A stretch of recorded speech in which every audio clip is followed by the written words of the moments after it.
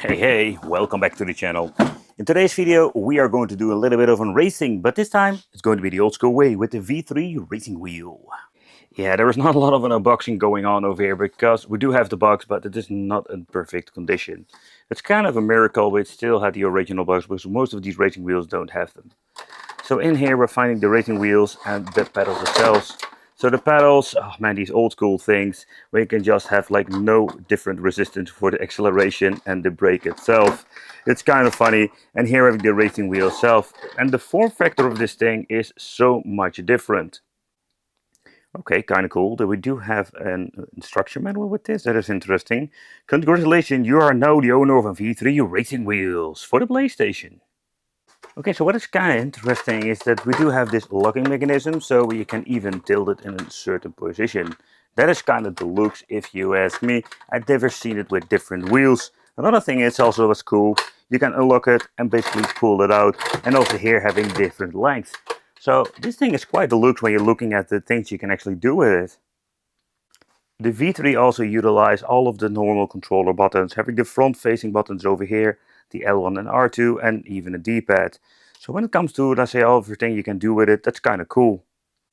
But if you want to use a shifter or stuff that you see now on newer racing wheels, we don't have this option because there is no buttons whatsoever at the back of the wheel.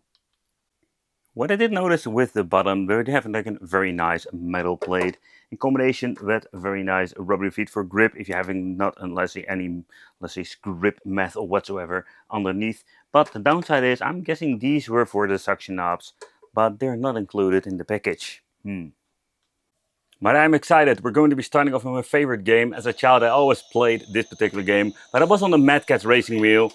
The acceleration of the right pedal seems to be working fine. I already expected. Let's see how the dead zone is. Wow! This dead zone is absolutely almost zero. So this means that we're going to be having a lot of fun with this.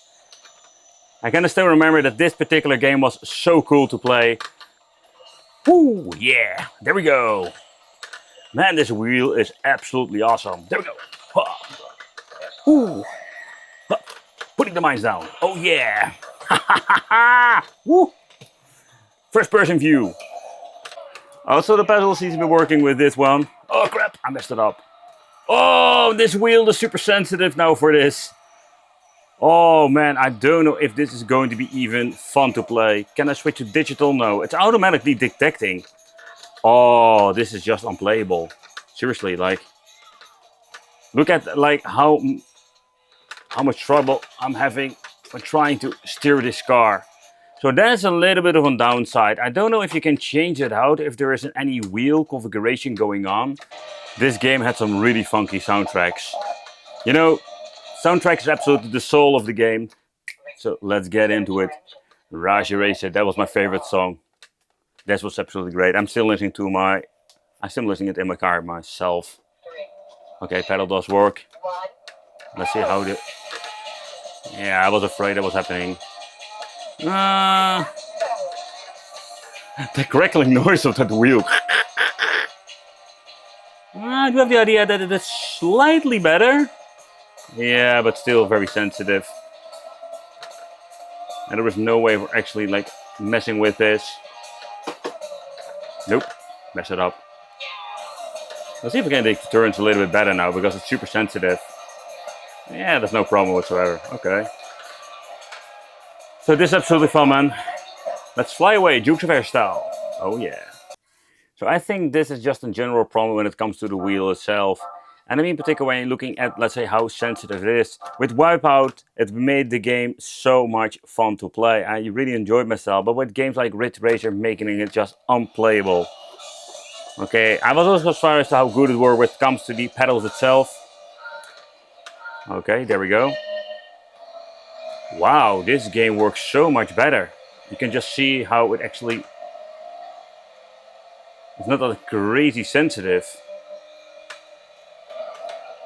Whoa, but still need to get used to it. There's no vibration whatsoever.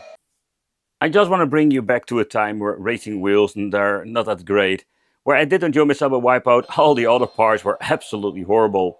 I want to thank you all for watching. Let me know in the comments what racing wheel did you ever own for a PlayStation 1 or 2 or an Xbox Classic. Will be awesome to know from you guys, and just subscribe, hit a little bell, because it means I will see you in the next video.